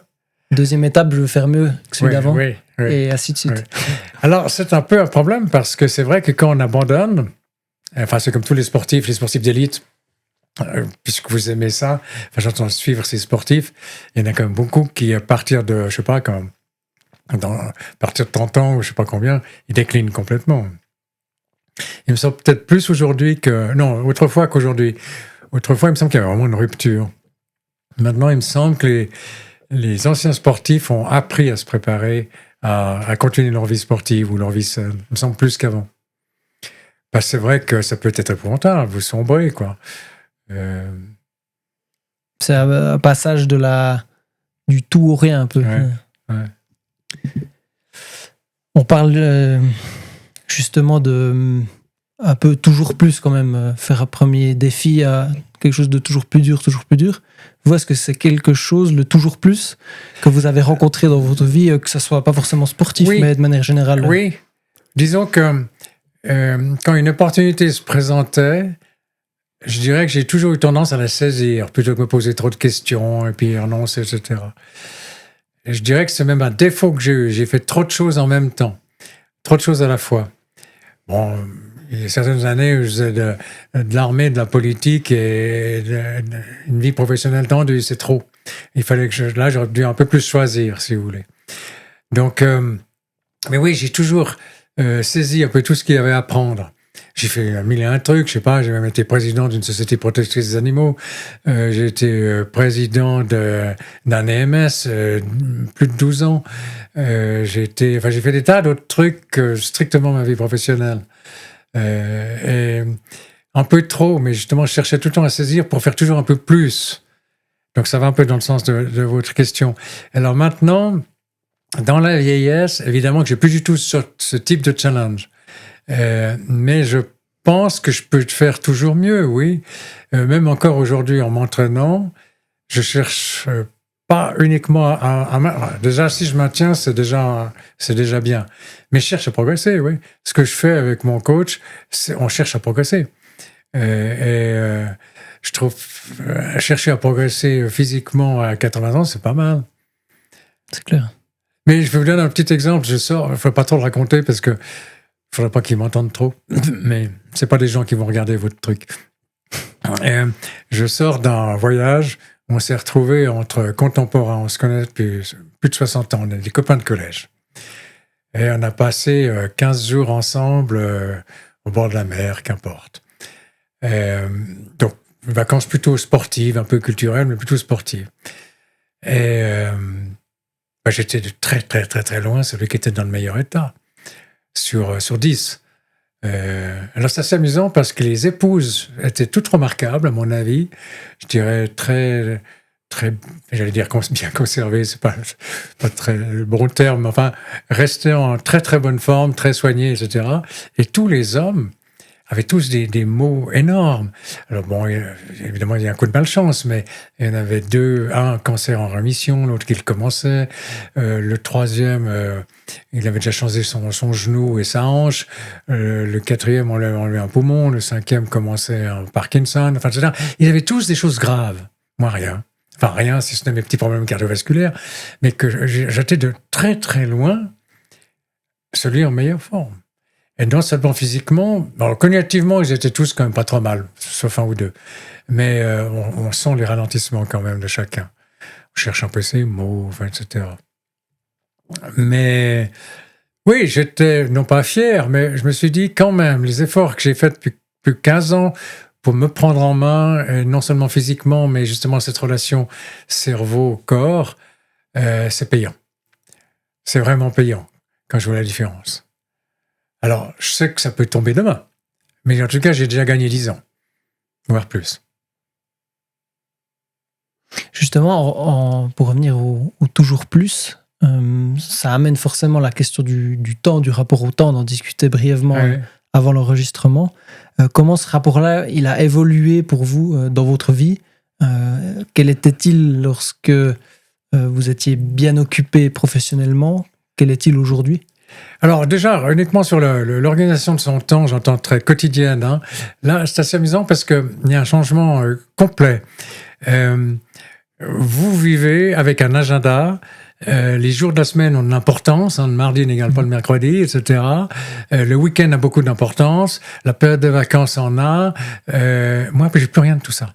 Donc pour moi, l'heure dans la journée n'a plus du tout d'importance. Ce qui compte, c'est le jour et la nuit, si vous voulez. C'est l'aube et c'est le soir. Et entre-temps, il y a la journée. Mais qu'on soit midi, qu'on soit 4 heures, ça n'a plus d'importance. Qu'on soit lundi ou qu'on soit mardi, je sais même plus. Je dois réfléchir chaque fois. L'année, les saisons sont importantes. Oui, je vis avec les saisons. Je vis avec le soleil. Je vis éventuellement avec le mois, mais même plus tellement. Je sais jamais très bien où on en est. Oui, parce qu'il faut un peu payer ses factures, etc. Donc j'ai encore un rythme du mois, mais pas tellement. J'ai donc plus du tout le rythme de la semaine. C'est plus une notion de temps. Les années, bien sûr, qui passent, elles comptent. Mais donc c'est surtout ce qui compte, c'est les saisons et le jour et la nuit. C'est aucune notion du temps qui est complètement changée. Et ça c'est fantastique. Hein. Ça, c'est une chose. Et puis alors, l'autre notion du temps que vous me posez peut-être aussi, c'est le temps qui me reste par rapport au temps passé. Et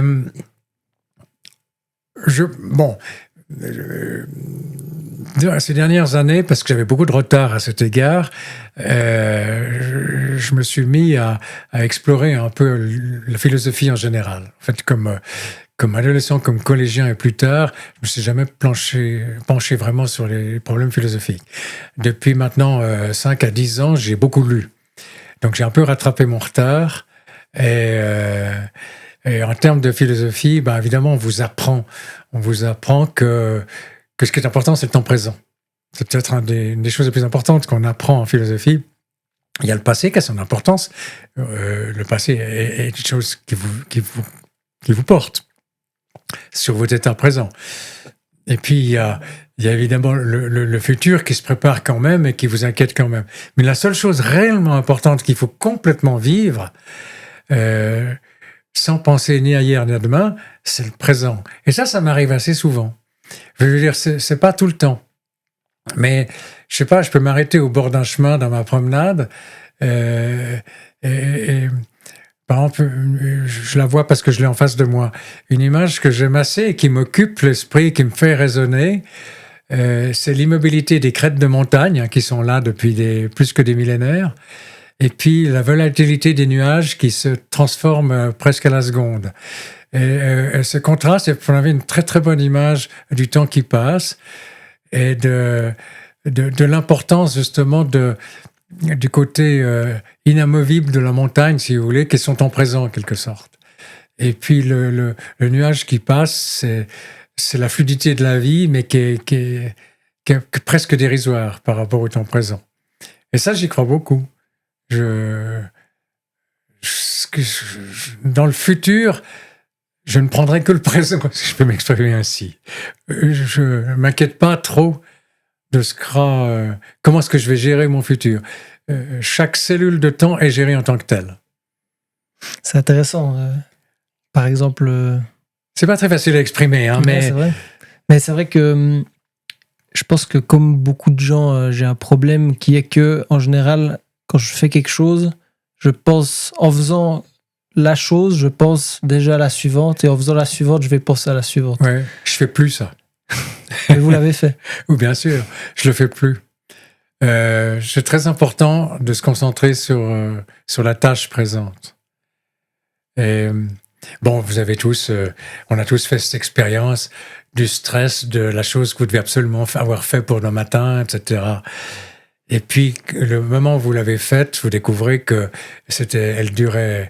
elle était 10 fois moins pénible que vous le pensiez et elle a duré 4 fois moins longtemps que vous le pensiez. Donc, cette notion aussi de temps du futur qui vous stresse, il est beaucoup plus lourd que celui que vous allez effectivement vivre. Et ça se découvre, je dirais. C'est intéressant. Mais je peux le dire maintenant parce que j'ai beaucoup moins de responsabilités, si ce n'est vis-à-vis de mes chiens et de moi-même. Donc ça me rend plus léger quand même. Puisqu'on est dans l'aspect un peu philosophique, j'ai une question sur le bonheur. Quelle est la vision que vous avez du bonheur et comment elle a évolué? Alors elle a complètement évolué. Mes ambitions de 20 ans ne sont pas celles de 30 ans, ni celles de 50 ans, ni celles d'aujourd'hui.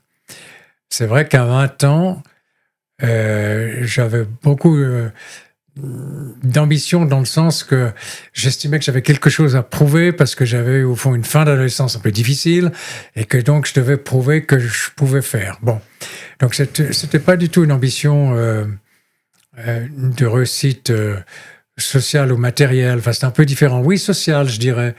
Oui, j'étais sensible à ça. Matériel, non. Comme tout le monde, je sais très bien dépenser l'argent, ne vous inquiétez pas, mais je suis pas du tout orienté argent. Je l'ai jamais été.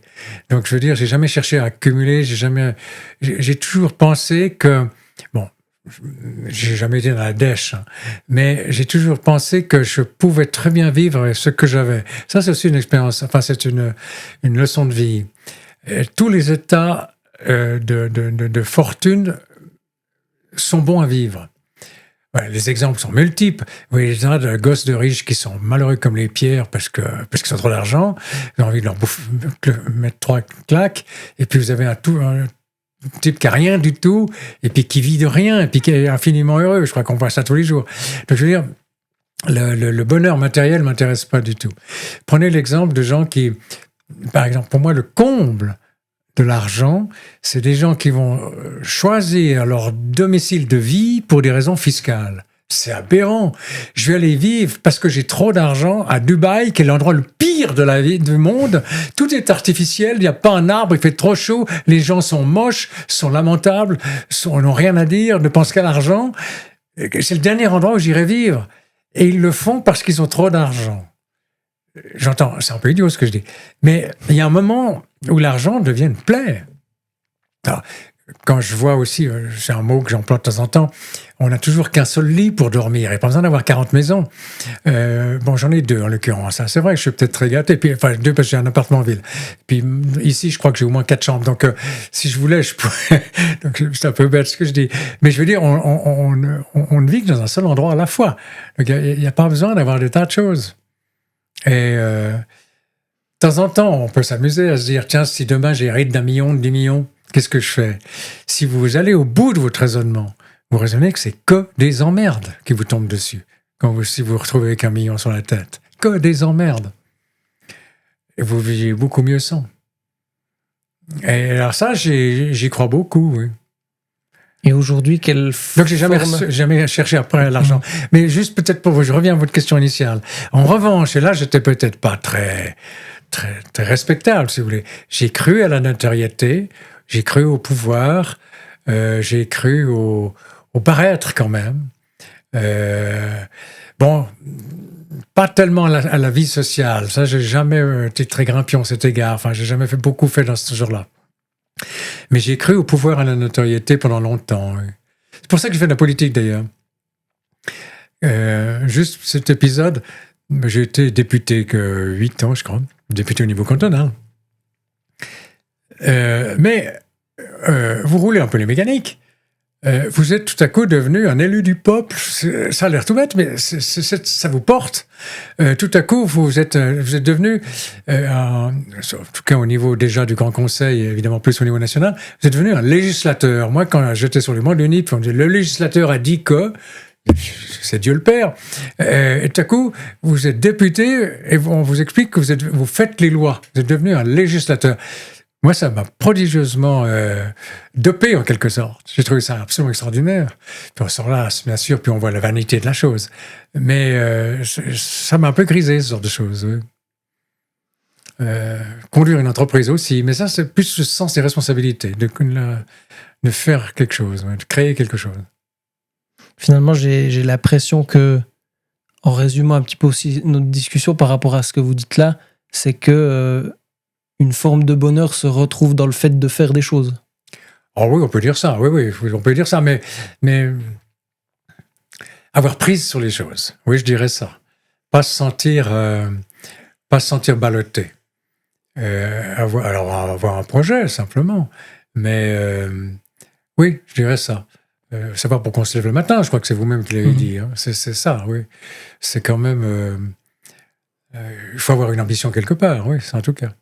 Il y a une phrase que j'aime beaucoup qui dit que, je sais plus, la dernière fois que je l'ai entendu, c'était de Chris Williamson, un podcasteur américain, qui disait que si on se lève pas, si on va pas se coucher le soir en étant fatigué de ce qu'on a fait pendant la journée et avec excitation de se lever le lendemain pour faire quelque chose qui nous plaît et qui nous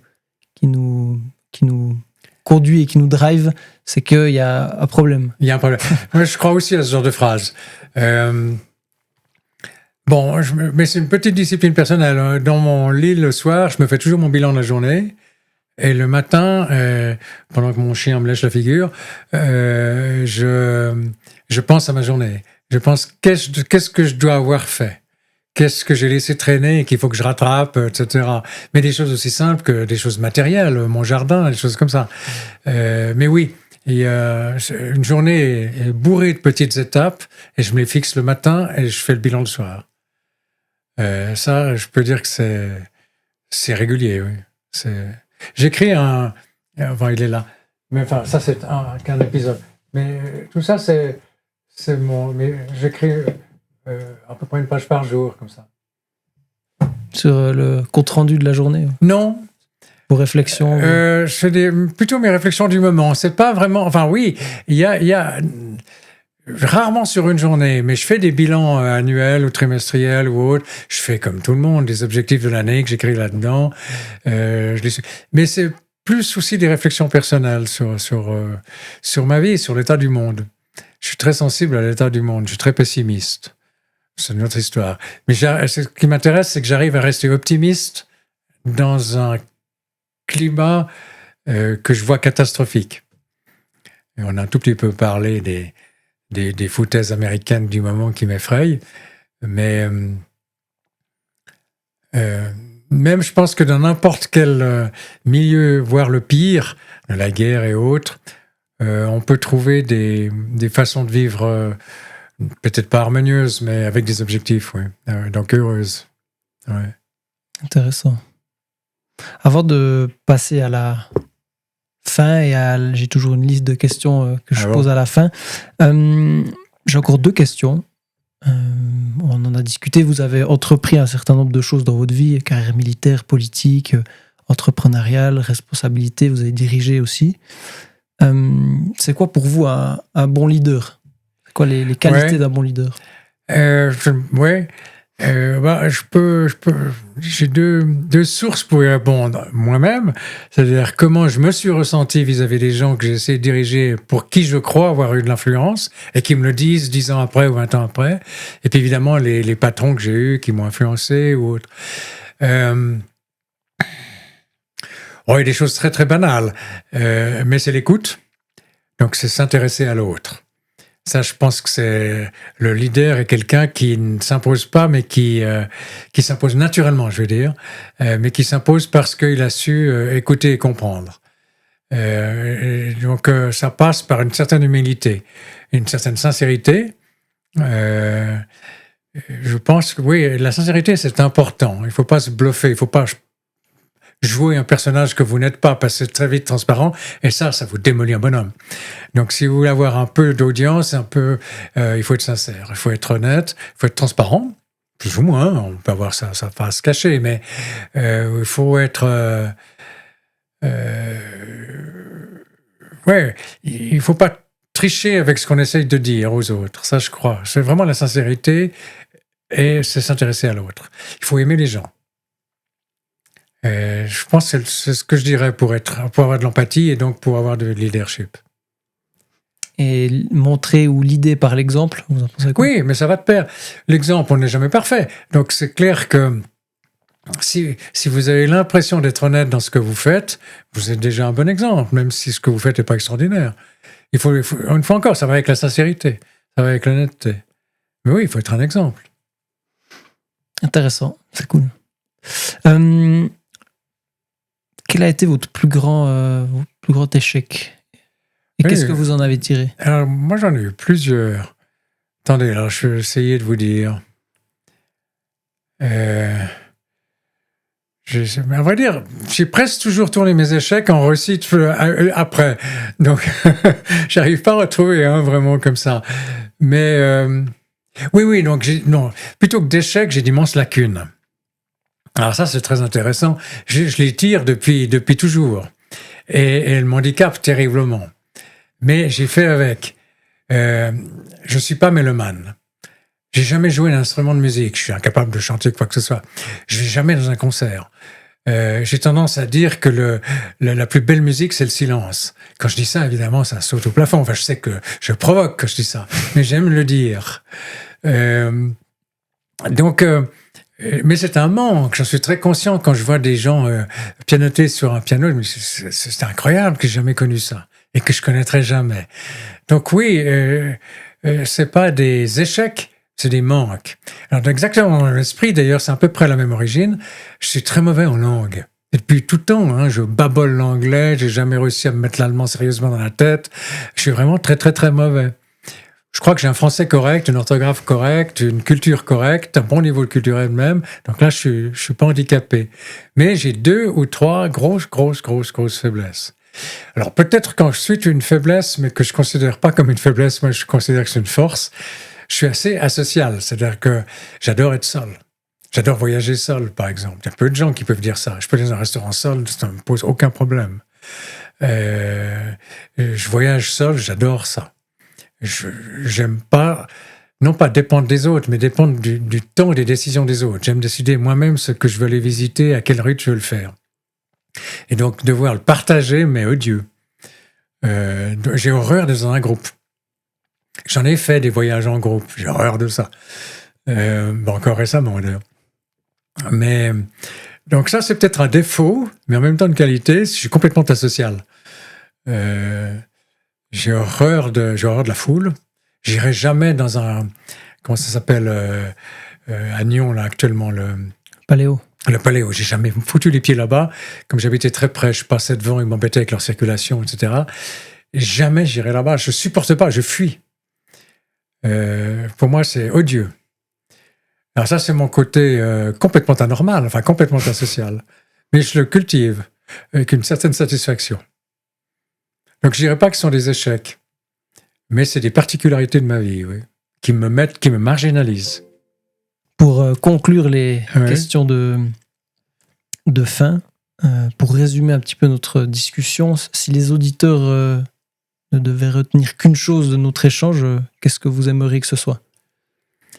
On a employé plusieurs fois le mot sincérité. Je dirais que si on écoutait ça en disant il était sincère. Il s'est peut-être pas dévoilé complètement, mais il était sincère. Et au fond, son message n'a rien d'extraordinaire, mais en même temps, c'est pas inintéressant. Ça serait déjà très bien. Quel est le conseil que vous donneriez à votre vous de 20 ans? Oui, j'ai eu plusieurs fois cette question et je ne saurais pas que vous répondre parce que les temps sont plus les mêmes, donc c'est difficile. Bon, une chose toute simple, j'ai découvert, mais c'est très matériel ce que je veux dire, c'est pas génial, mais une chose très simple, c'est le street workout, donc les exercices au poids du corps. Mm-hmm. Si ça avait existé quand j'avais 20 ans et si j'en avais vu la forme physique, mais je l'aurais eu parce qu'il suffisait de la préparer, il suffisait de faire les exercices qui vont avec parce que c'est très très valorisant, on s'améliore très vite. Enfin, c'est pas tout à fait vrai, il faut répéter 1000 et une fois le même exercice, mais quand même, on s'améliore. Moi, j'ai essayé de le faire, mais je l'ai essayé de le faire à 70 ans, donc c'était foutu d'avance. Je veux dire, j'ai quand même fait un bout de chemin. J'ai un peu arrêté maintenant parce que ça peut m'aimer l'épaule, puis j'ai passé plutôt à la musculation, plutôt à l'histoire d'Aerox. Mais j'ai quand même fait un bout de chemin dans les exercices au poids du corps. Et j'ai découvert une philosophie de vie, en fait. C'est pour ça que c'est quand même plus que simplement un exercice ou une méthode de formation du corps. C'est absolument prodigieux. Moi, j'aurais beaucoup aimé... si à 20 ans, je me serais forcé à faire ce genre d'exercice, j'en aurais peut-être négligé mes études pour arriver à être meilleur là-dedans. Oui. J'aurais peut-être même renoncé au service militaire si je savais que j'avais pu faire ça. Si j'avais un choix que j'aurais pu faire. Si on reste dans le conseil, si une personne qui a... Enfin, qu'est-ce que vous diriez à une personne qui a peur de vieillir? Alors, ce serait idiot. Non, la vieillesse est un état de liberté, une fois encore, qui est magnifique parce qu'il est dans vos mains. C'est peut-être la rare fois, la seule fois de votre vie où autant vous appartient. Vous pouvez autant construire. Alors, avec les moyens du bord, peut-être que vous serez mal foutu, etc. Mais vous êtes libre de construire vous-même. Vous n'avez plus de contraintes sociales, financières, familiales. C'est vraiment une nouvelle liberté. Il ne faut pas avoir peur de vieillir. C'est le plus bel âge de la vie. C'est celui de la liberté. Et ça, j'y crois beaucoup. Même si elle va tourner en cacahuète, mais c'est le plus bas de la vie. Vous avez parlé de lecture. Est-ce que vous avez une œuvre littéraire, cinématographique ou autre qui vous a marqué et que vous recommandez Bon, il y a beaucoup de... Bon, j'ai beaucoup lu quand j'avais 20 ans, enfin entre 15 et 20 ans, j'ai lu tous mes classiques. Ça, c'est bien. J'allais dire, c'est fait, j'ai pas besoin d'y revenir. C'est pas tout à fait vrai parce que, pour vous donner un tout petit exemple, bon, moi, je sais pas, j'ai lu Dostoïevski, j'ai lu Victor Hugo, enfin, j'ai lu tout ça, tout ce qu'il fallait lire, quoi. Et je sais pas si vous connaissez certainement les frères Karamazov. Sur Internet, l'autre jour, je vous en donne une brève critique des frères Karamazov que j'ai lu il y a 40 ans, 50 ans. Puis j'ai découvert que j'avais rien compris. En tout cas, qu'il y avait une dimension dans ce livre que j'avais pas du tout saisie. Donc je me suis dit, je vais peut-être le reprendre. Ça, oui. J'ai pensé que ça serait un truc à faire en termes de lecture aujourd'hui, c'est de reprendre des livres que j'ai aimés, mais que j'ai peut-être mal découvert. J'ai relu, par exemple, les Mémoires d'Adrien plusieurs fois. J'ai chaque fois découvert quelque chose de nouveau. Donc oui, je pense que dans ces lectures, il y a des grands livres. Aujourd'hui, bon, je suis très passionné d'histoire. Tout ça, c'est que de l'histoire, et là, une grande partie aussi. Il y a un bonhomme que j'aime énormément. Je dois l'avoir quelque part par là. Là, c'est celui-là. C'est Lucien Gerfagnon. C'est un historien philosophe. Bon, philosophe historien, je sais pas où. Disons, un philosophe, je dirais un historien de la philosophie, on pourrait dire ça comme ça. Et puis, c'était surtout un spécialiste de l'Empire romain. Mais il a écrit une dizaine ou des vingtaines de bouquins épais comme ça, et il est passionnant. Moi, j'adore. Alors, j'ai lu à peu près... Non, j'ai pas lu tout ce qu'il avait écrit, mais je les reprends, je les annote, bon, c'est une période d'histoire que j'aime, parce que là, on n'a pas parlé de ça, mais peut-être rapidement quand même ouvrir cette parenthèse. Je suis absolument persuadé qu'on est à la fin d'une civilisation. Alors, ça va durer je sais pas combien de temps, mais... Elle est en route. Et donc, je suis passionné par la fin de la civilisation romaine. La chute de l'Empire romain. À la fin, il y a 2 épisodes dans l'histoire romaine qui sont des coupures. C'est d'une part la fin de la République, et puis ensuite, 400 ans après, la fin de l'Empire romain. Lui, il explique ça très bien. Et moi, ça me fascine parce que j'essaye, je suis pas le premier à faire ça, j'essaie de trouver des parallèles entre des fins de civilisation. Il y a celle-là, il y en a bien d'autres. Mais c'est peut-être celle-là la plus documentée avec celle d'aujourd'hui. Et il y a des parallélismes tout à fait passionnants à faire. C'est-à-dire qu'on apprend que la fin des civilisations, une partie est due à des chocs de l'extérieur, les barbares qui traversent le Rhin parce que tout à coup il a gelé en hiver, et puis qui débarquent. Donc c'est dû à l'extérieur, mais la plupart du temps, ça craquelle à l'intérieur. Et c'est ça qui est intéressant. C'est de trouver comment tout à coup une civilisation très forte, comme la nôtre, et qui tout à coup trouve ses craquelures à l'intérieur. Ça peut s'appeler Trump, mais ça peut s'appeler un peu la France aujourd'hui. Enfin, ça donne tas d'exemples, si vous voulez. L'immigration mal intégrée, ça peut être le wokisme, c'est une bonne source de dégradation. Ça peut être la fin des religions. Enfin bref, toutes ces petites craquelures, enfin elles sont fondamentales, si vous voulez, sont les débuts de la fin d'une civilisation. Et donc, c'est assez intéressant d'essayer de les percevoir et d'en trouver des exemples dans le passé. Je n'arrive pas à comprendre qu'on ne puisse pas s'intéresser à l'histoire. Le regard sur l'histoire vous permet de comprendre le futur ou le présent. C'est indispensable. L'autre jour, je finis vite là-dessus, à la télévision, un de ces micro-trottoirs. On était le 14 juillet, à Paris. Le type, mais il cherchait plutôt des Français que des étrangers. Il interrogeait des jeunes. Là, c'est quoi qu'est-ce qu'on fait le 14 juillet 9 sur 10 ne savaient pas. Ça m'a assis par terre. Ça, c'est complètement fou d'avoir ce degré d'ignorance-là. Même si on est de la première génération vivant en France, on doit savoir. On doit s'intéresser à son pays. Enfin, c'est des choses tellement élémentaires que j'arrive pas à comprendre qu'on n'ait pas cette notion ou cette curiosité du passé. Alors, oui, l'histoire est très importante. Intéressant. Et ce qui fait aussi un parallèle avec son propre passé qui détermine notre présent et qui nous permet de préparer notre futur aussi. Sauf, mais comme on l'a dit, tout en se concentrant sur son présent. Il ne faut pas se bouffer ni par son passé ni par son futur. Et là, toutes les développements personnels qu'on lit disent assez bien ça. Il faut s'occuper de soi-même au moment où on est... Pas s'occuper du regard des autres, par exemple. Ça, c'est aussi une grande leçon. Utiliser le passé comme un outil, plutôt. Oui. Oui. Pour terminer, vous avez carte blanche pour parler d'un sujet, d'un projet ou d'une cause qui vous tient à cœur. Vous avez champ libre. Une cause. Je dirais que c'est de former les jeunes.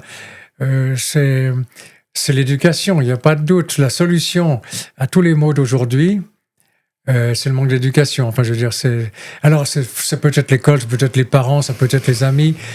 Mais je dirais que qu'est-ce que vous avez dit, un projet ou non un projet, cause ou un sujet de manière générale. Si j'avais un rôle à jouer avec les moyens nécessaires, le développement d'une cause, ça serait dans l'éducation, oui. Je pense. Pour prendre un autre exemple de gens très puissants, ce qu'ils ont fait. Ou ce qu'ils font. Si vous prenez un Bill Gates, il consacre 99% de sa fortune à sauver les petits gosses d'Afrique de toutes les maladies possibles avec des vaccins, des trucs comme ça. Ça, c'est une cause. Il a les moyens pour. Quand vous pensez à un Musk, exactement les mêmes moyens, enfin, à quelques zéros près, ou à quelques je sais pas quoi, près. Lui, il pense aller sur Mars. C'est tellement différent comme objectif que moi, je trouve ça fascinant. Alors oui, il faut chercher sa cause, mais sur celle où on a encore un moyen de pression. Mais moi, ma cause aujourd'hui, avec les moyens que j'ai, elle est plus très grande. Mais par exemple, alors je vous donne un exemple très simple. Si demain, je suis obligé de me rapprocher d'un EMS ou un truc comme ça, je chercherai à être, comment est-ce que je peux dire, non pas le leader, mais l'animateur de ces petits vieux qui sont là-bas, qui seraient mes alter ego, si vous voulez. J'ai déjà fait un petit peu ça. J'étais invité dans un MS tout près de chez moi, et ils donnaient des cours de gymnastique, j'étais en fer avec eux, et ils me montraient un petit peu comme exemple. Bon, j'étais un peu l'image, la vitrine, si vous voulez. Mais j'ai beaucoup discuté avec eux, et j'ai beaucoup aimé ça. Donc, si je pouvais apporter un petit peu de non pas mon expérience, mais ma vision de façon de vieillir à d'autres petits vieux, oui, ça serait une belle cause. Parce que celle-là, je pourrais encore la faire. Dans le même esprit, je finis vite. Faites seulement. Je ne sais pas si je vais le faire, mais on m'a sollicité il y a quelques années et j'ai dit non. Mais aujourd'hui, si on me redemandait, je le ferais, c'est une belle cause. C'est d'accompagner des gens en soins palliatifs. Donc des gens qui ont peut-être 3 mois de vie, quoi. Et ça, si aujourd'hui on me demandait de le faire, je le ferais. À l'époque, 4-5 ans m'a demandé ça, j'ai dit j'ose pas. Et c'est trop dur. Mais aujourd'hui, c'est une belle cause que j'aurai la force de faire aujourd'hui. J'y songe. Il faut que je me retrouve les moyens de trouver les contacts, etc. Mais accompagner les gens en fin de vie, c'est... Vous avez parlé d'écoute, je crois, avant. C'est une écoute fantastique, parce qu'il n'y a plus que ça qu'on peut leur apporter, c'est de l'écoute. Mais oui, c'est une belle cause, ça. Ça, j'aimerais assez. Magnifique. Alain Gustave, merci beaucoup du temps accordé, de m'avoir reçu chez vous, et puis pour cette discussion très intéressante. On vous invite, auditeurs, à aller suivre Alain. Ouais. Et merci beaucoup. Non, c'est moi qui vous remercie. Vous m'invitez à aller écouter vos anciens podcasts, parce qu'il y a à chaque fois des choses à apprendre. Je veux dire, j'ai déjà suivi 1 ou 2, j'ai trouvé pas mal. C'est gentil, merci.